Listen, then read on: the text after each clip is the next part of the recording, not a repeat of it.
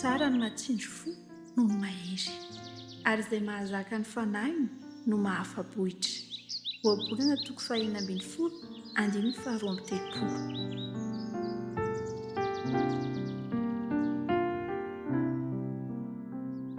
mora ny mandresy ady amin'ny hafa raha lasaina bavy malala, saingy sarotra kokoa ny mandresy ny tenantsika. Ny ady amin'ny tena zany dia anisan'ny ady sarotra indrindra.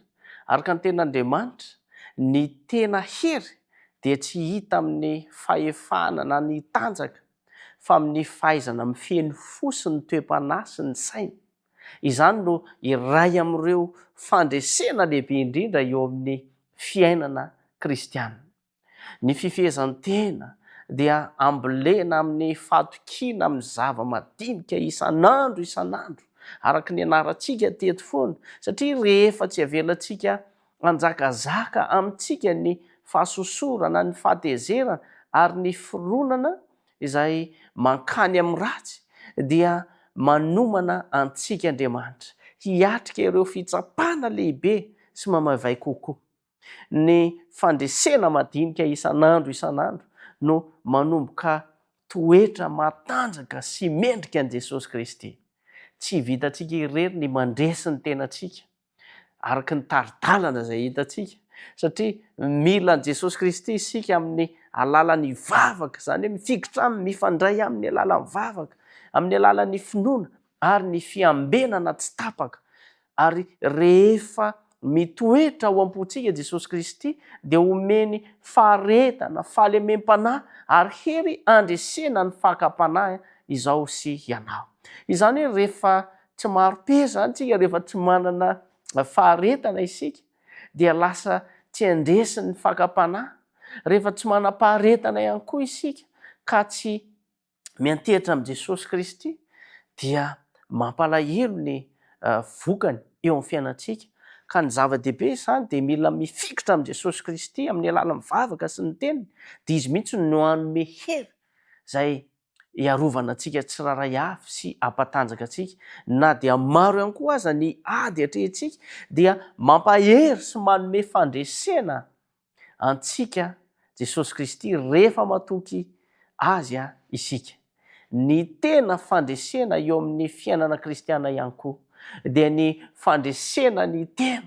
Izany hoe dia tanteraka zany rehefa miantehitra amin'ny Kristy isika, mifeny toe-panahy ary maharitra amin'ny finoana isan'andro. Amin'izay dia hitombo amin'ny fahasoavana isika sy ny fitoviana amin'i Jesosy Kristy, satria tsika nantsoina mba hanahaka an' Jesosy Kristy izay na toe-panaradia an' Jesosy Kristy. Ry havana malala ao amin'ny Tompo, ianao izay manaraka izao mofonaina izao, ny ankonana tsiray avy any an-tokantrano any. Anio dia manasa anao indray ny Tompo mba tsy hanaiky ho resy ny fahatezerana sy ny fahasosorana na ny fakam-panahy izay avelatry ny Satana. Aoka ianao, izao, isika mihitsy hanokatra ny fontsika ao amin'i Jesosy Kristy, hangataka ny heriny amin'ny alalan'ny vavaka sy ny sisa, ary hanaiky ho tariny ny fanahy masina isan'andro. Satria rehefa miantehitra amin'i Jesosy Kristy isika, dia omeny antsika ny hery andresena ny tenantsika sy ijoro ampatokiana amin'ny famarinana ihany koa. Koa engane ny fiainantsika mba ho pirofo fa ny tena mahery dia izay mahafeny tenany amin'ny heriny Jesosy Kristy. Hombanao ny fomba manokana ny Tompo ary mirary tontolo andro mahafinaritra ho anao. Andeha hivavaka isika. Andriamanitra, misaotra noho ny teny menao anay, misaotra satria tsapanay fa tsara ianao. Mamindrafo mamelany elokay ary ako vita fihavanana aminao izay. Ankehitriny dia menao anay indray izany teny izany mba hampahery anay tsiraray avy ary mba hampitoetra anay tsiraray avy araka ny lalana izay hitondranao ho anay, dia lalana mankany amin'ny fiadanana fahatsiloza. Izany teninao izany anie dia tsy hiverina any aminao raha tsy mahavita ny asany aminay tsiraray avy. Koa mitahindray anay amin'ity tontolo andro ity sy mandritry ny androm-piainanay rehetra mihitsy, amin'ny anaran'i Jesosy Kristy. Amen.